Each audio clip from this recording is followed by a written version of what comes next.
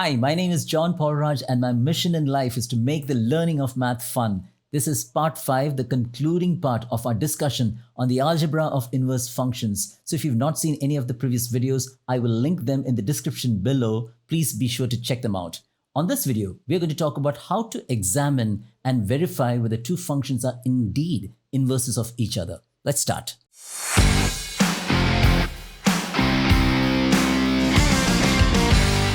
Most textbooks will have this definition.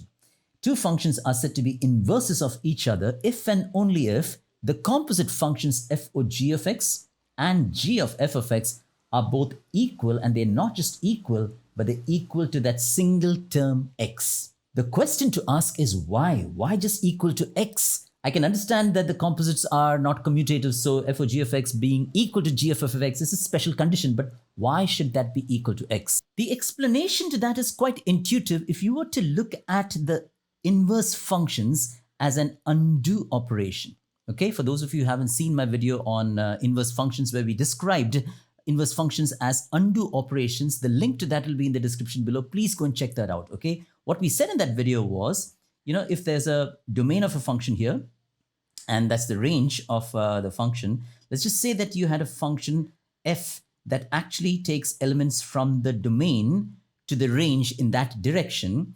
Undo would mean that you're actually bringing back to the original.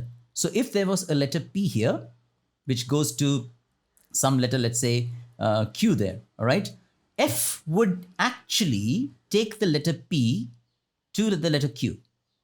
And undoing the operation, meaning to undo that act of f, would mean to bring q, so I'll call it I, just for the sake of understanding, I of that letter q should bring me back to what I started off with, the original. And this is how we explained the basic idea of an inverse function using the idea of undo operations. Now let's try and see the same operation through the lens of composites, okay? Let's try and compose I of f of p. P is the input for f, the output is q. So the inside function, the output of the inside function is q, so that now we are finding the composite of that, right? So I of q, I of f of p would be I of q, which according to this definition here is p. What's happening? Watch what's happening. The composite of I of f of p, the input of p, is coming back, which actually means that if this is true for any p coming back to itself, we are actually saying the composite I of f of any input, x for any input, is going to bring you back that input that you started off with, which is actually, in other words, it's saying that the composite of I and f is going to give you back the input that you started off with. All right? That, in other words, is f of g of x is equal to x. And the same thing if it's repeated the other way around, g of f of x is also equal to x, then we say that they're inverses of each other. This therefore makes sense even from the light of the undo behavior. And that is why this condition for composites being equal to the input that we started off with makes sense, that these functions f and g are indeed inverses of each other. Let's try and illustrate this condition now using this example. Okay, we've got f of x is negative 5 by 4x minus 2, and g of x is equal to negative 4x minus 8 over 5. Let's try and check the composites of these two functions, okay, whether they're equal to the input that we started off with. So we're going to do g of f of x. F is an inside function, okay, so we start with that, is negative 5 over 4x minus 2. Now that's the input. The output of f is the input for g, okay, which means we are going to get, this is going to be negative 4, the input, okay, so the input is going to be negative 5 over 4x minus 2, so it's negative 4 times the input, minus 8, the whole thing over 5. That's the definition for g. Cool? Let's simplify this now. You should get, when you open the bracket, we will get that negative cross out to give you 5x, and you're going to get a positive 8 minus 8 over 5. These two 8s will cancel off, and you'll get 5x over 5, and the final value is x. What we started off with here, the input x, is the same thing that we have ended up with. G of f of x is equal to the x, the input that we started off with. But that is not enough. We need to try and see the composite the other way around. We need to see what is f of g of x. Okay, let's do that. F of g of x. This time the inside function is g of x. So we say f of negative 4x minus 8, the whole thing over 5. All right, the definition of f was negative 5 by 4 times the input. So that's negative 5 over 4 times the input. The input now is this entire term. So we're going to write it as negative 4x minus 8 over 5. That's the input for f, and that minus 2.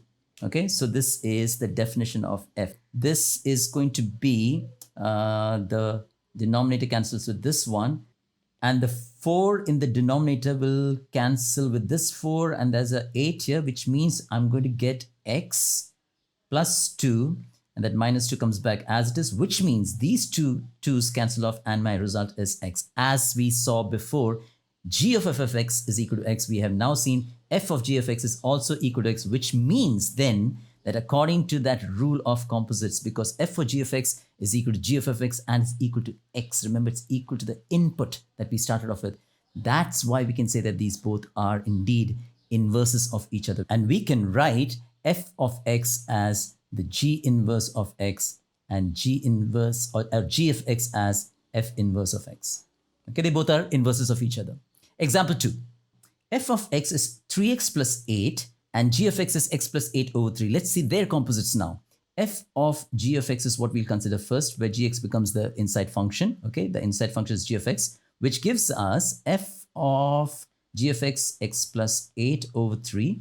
Okay, and now the definition of f of x is 3 times the input plus 8. So this can be written as 3 times the input, which is x plus 8 over 3 plus 8. Okay, now how do we simplify this? The 3's will cancel off. You'll get x plus 8 plus 8. Watch what's happening. It's x plus 16. There's nothing wrong with that, except it is not the same as the input. The result of f of g of x must be equal to the input that you started. If you started with x, this must be x. That's when we say that they are an undo operation, and that's when we say that f and g are inverses of each other. Let's check the other way around, okay? G of f of x. Not that it's going to matter because both of the composites must be equal to x, but we'll do it anyway. We'll check, okay, what is g of f of x? So g of f of x in this example, f of x was defined as 3x plus 8. Okay, is this in the view of the camera? Okay, there we go.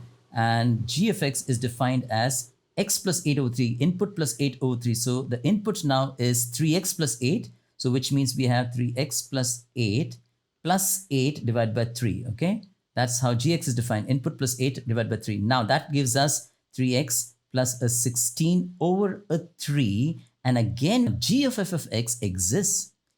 F of g of x exists. They are not equal, but that's not the reason why they are not inverses of each other. Remember, it must be equal to the input. G of f of x means g of f of the input must be equal to the input that we started off with, and it's not equal to the input that we started off with. Neither is this not equal to the input that we started off with, and therefore these two functions are not inverses of each other. Okay? If you found any of the information that was discussed over this series on inverse functions useful, then please do mention that in the comments below. And please do not forget to like, share, and subscribe. I'm going to see you in the next one.